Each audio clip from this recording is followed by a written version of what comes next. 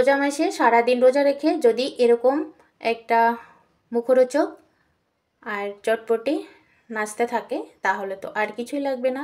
তো hello everyone, আসসালামু আলাইকুম, welcome back to my YouTube channel Tanu cooking and blog চ্যানেলে সবাইকে স্বাগত। আজ আমি সেই মুখরোচক চটপটির রমজান স্পেশাল রেসিপিটি তোমাদের সাথে শেয়ার করব। আশা করি তোমাদের খুব ভালো লাগবে। রমজান স্পেশাল রেসিপিটি বানার জন্য আমি প্রথমে নিয়ে নিচ্ছি একটা বাটির মধ্যে চিড়ে। তো এই চিড়েটা কিন্তু কেনা চিড়ে দোকানে, তো চাইলে আপনারা বাড়ির যে বানানো চিড়েটা সেটাও নিতে পারেন। তো একদম পাতলা চিড়েটা তো আমি ভালোভাবে ধুয়ে নেব, 2-3 বার জল দিয়ে আমি ধুয়ে নিলাম।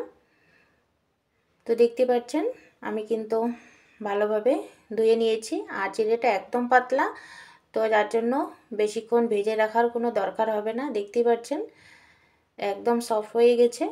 তো এটা আমি সাইডে রেখে দেব।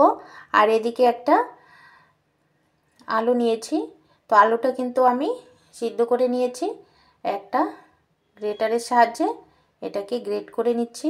দেখতে পাচ্ছেন তো আলুটা আপনারা আপনাদের পরিমাণ মতো জিনিসগুলো নিয়ে নেবে। তো আমি এখানে কম বানাচ্ছি তাই আমি কম উপকরণ নিয়েছি।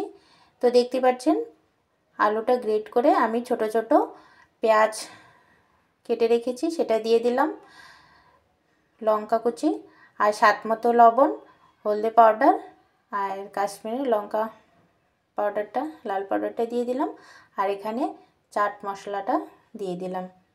সবগুলো উপকরণ দিয়ে আমি হাত দিয়ে ভালোভাবে একটু মিক্স করে নেব। তো দেখতে পাচ্ছেন আমি কিন্তু হাত দিয়ে খুব সুন্দরভাবে মিক্স করে নিলাম। তো মিক্স করা হয়ে গেছে, আমি একটা সাইডে রেখে দেব। আর এখানে যে চিড়েটা আমি ভিজিয়ে রেখেছি সেটাকে হাত দিয়ে এভাবে একটু মিক্স করে নেব। নিয়ে আমি সেই আলুর পেস্টটার মধ্যে দিয়ে দিলাম, দিয়ে আবারও হাত দিয়ে ভালোভাবে মিক্স করে নেব চিড়ে আর আলু মাখাটার সাথে। তো ভালোভাবে মিক্স করে নেব। তো আমি মিক্স করে একটা সাইডে রেখে দিয়েছি। আর এখন একটা বাটির মধ্যে পরিমাণ মতো বেসন নিয়ে নিলাম, আর এখানে স্বাদ মতো লবণ আর হলদি পাউডার আর কাশ্মীরি লঙ্কা পাউডারটা একটু দিয়ে দিলাম, সামান্য পরিমাণ করে দিয়েছি।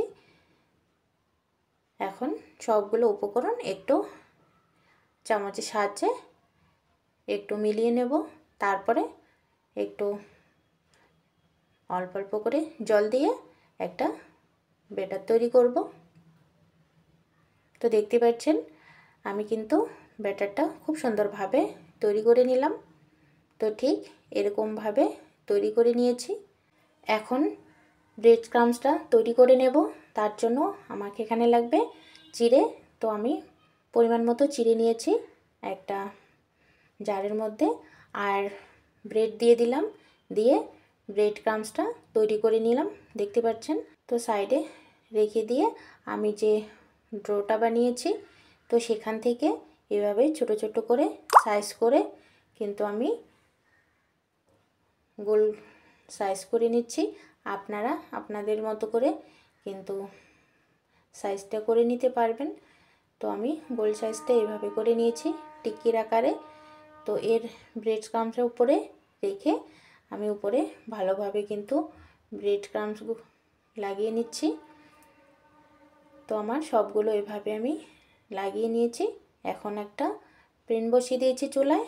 তো তেলটা গরম হয়ে গেছে, এখন সেই টিক্কিগুলো আমি এখন ভেজে নেব।